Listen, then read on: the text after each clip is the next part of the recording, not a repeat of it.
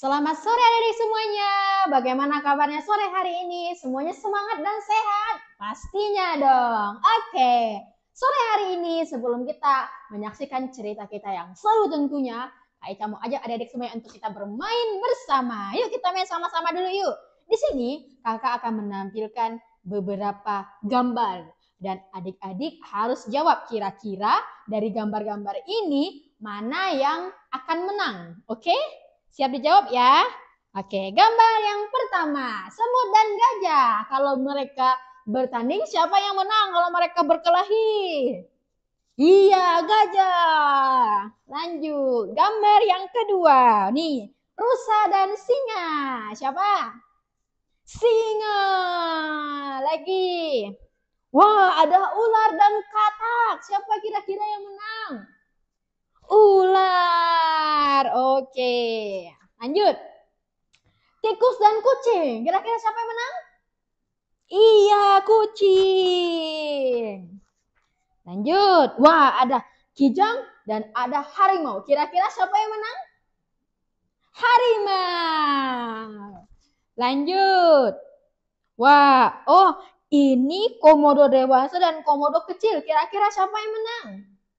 Iya, komodo dewasa. Badannya besar ya adik-adik ya. Lanjut.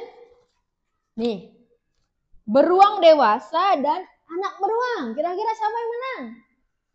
Iya, beruang dewasa. Badannya saja sudah besar. Lanjut.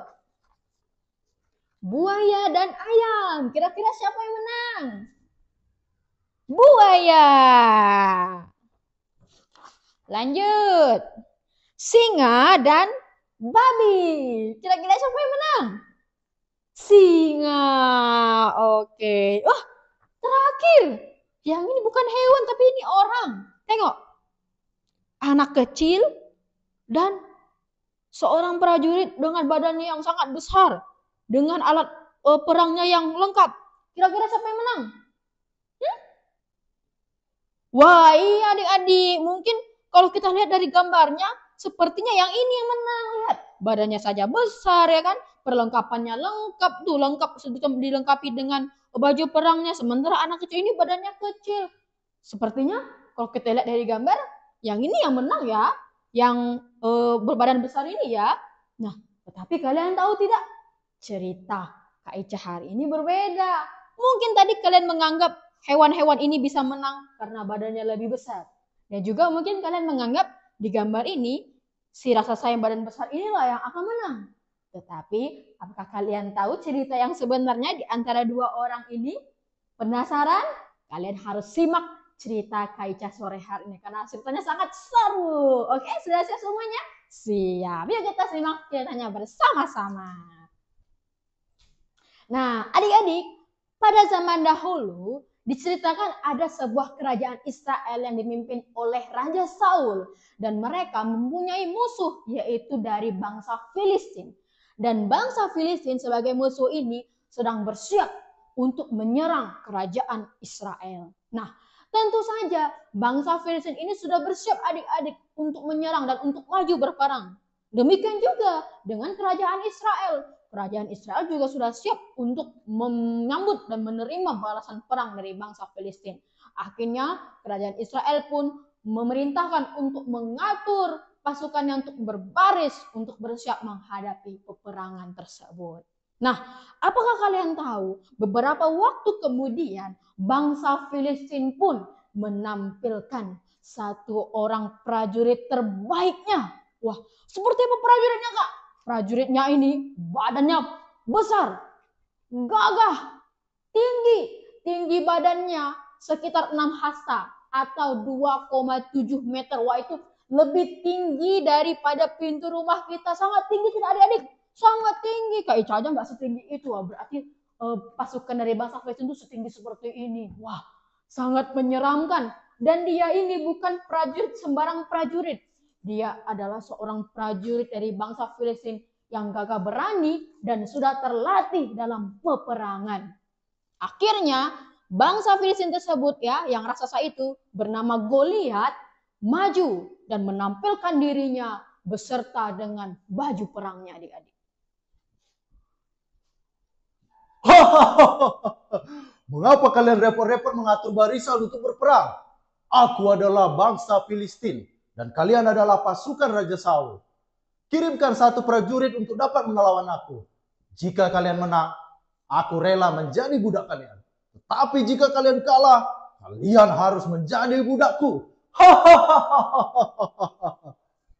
Nah, mendengar perkataan tantangan yang disampaikan oleh prajurit bangsa Filistin yang bernama Goliat itu adik-adik ya, bangsa dari kerajaan Israel dan Raja Saul menjadi takut, gentar, dan panik. Wah, mereka cemas. Ya bagaimana tidak cemas adik-adik? Karena kalau mereka kalah dari bangsa Filistin, mereka akan dijadikan budak. Wah, sangat menakutkan dan sangat menyeramkan ya kan? Tetapi ternyata di kerajaan Israel tersebut ada seorang bapak yang bernama Bapak Isai. Bapak Isai ini mempunyai 8 orang anak laki-laki dan 3 di antaranya itu ternyata menjadi prajurit dari pasukan Raja Saul adik-adik dan tergabung dalam pasukan itu untuk berperang melawan bangsa Filistin itu. Dan ternyata tidak hanya 3 orang anak laki-laki tadi anak Bapak Isai, ada anak Bapak Isai yang bungsu yang bernama Daud. Nah, dia ini berbeda dengan saudara-saudaranya. Kalau saudara-saudaranya tadi kan menjadi prajuritnya Raja Saul ya, berperang gitu. Sedangkan si Daud yang bungsu ini ternyata pekerjaannya hanyalah seorang penggembala domba adik-adik. Dan akhirnya pada suatu hari Bapak Isai pun menyuruh si Daud nih untuk mengantarkan bekal makanan kepada saudara-saudaranya di perkemahan. Nah, akhirnya dia pergi ke perkemahan, dia antarkan makanan untuk saudara-saudaranya.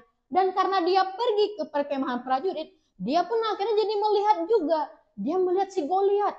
Dia melihat si Goliat sedang menantang bangsa Israel adik-adik.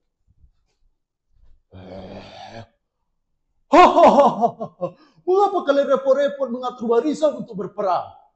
Aku adalah bangsa Filistin dan kalian adalah pasukan Raja Saul.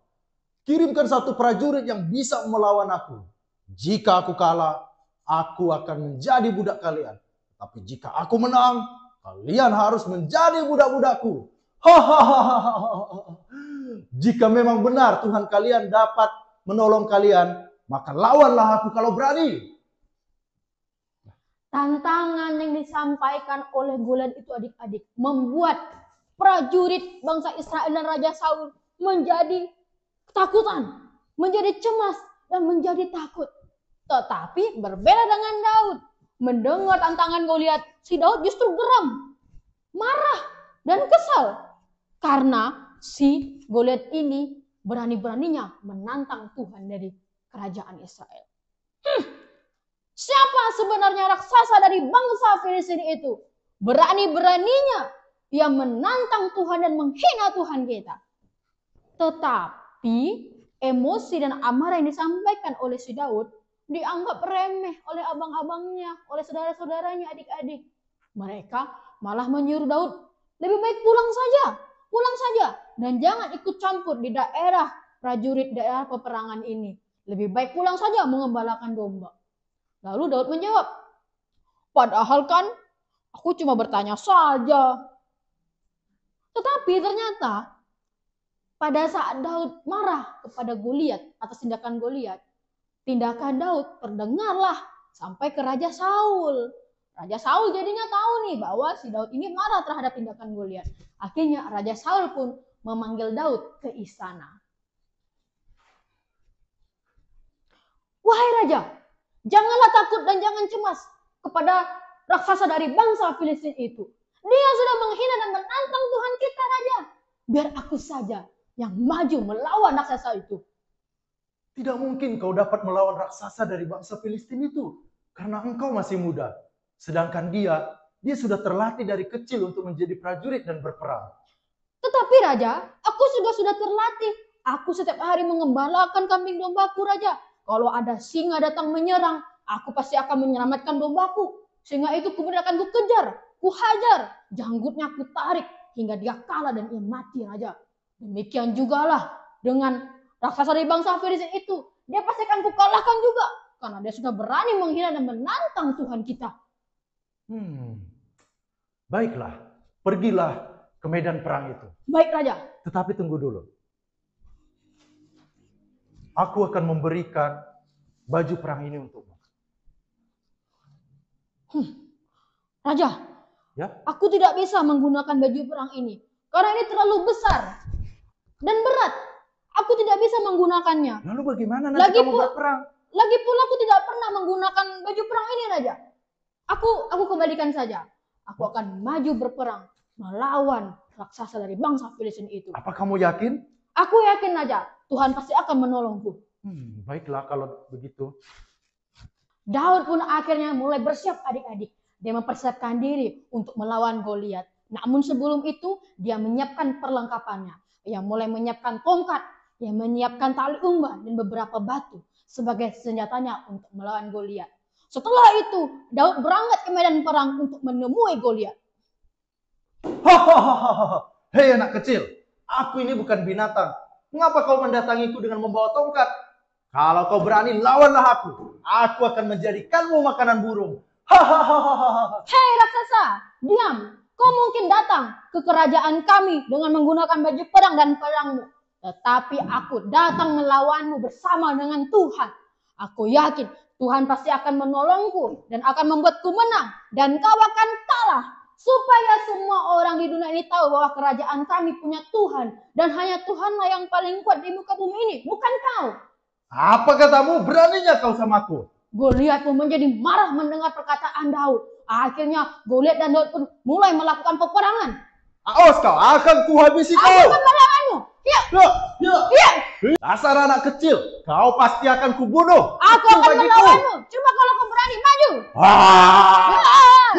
Ya. Ya. Ya. Ya. Daud pun mengeluarkan senjatanya. Dia bersiap untuk melawan Goliat menggunakan senjatanya. Namun sebelum itu, Daud pun berdoa kepada Tuhan. Ya Tuhan, Tuhan pasti akan menolongku. Tuhan pasti akan membantuku untuk bisa mengalahkan raksasa itu. Aku akan mengalahkanmu, wahai raksasa.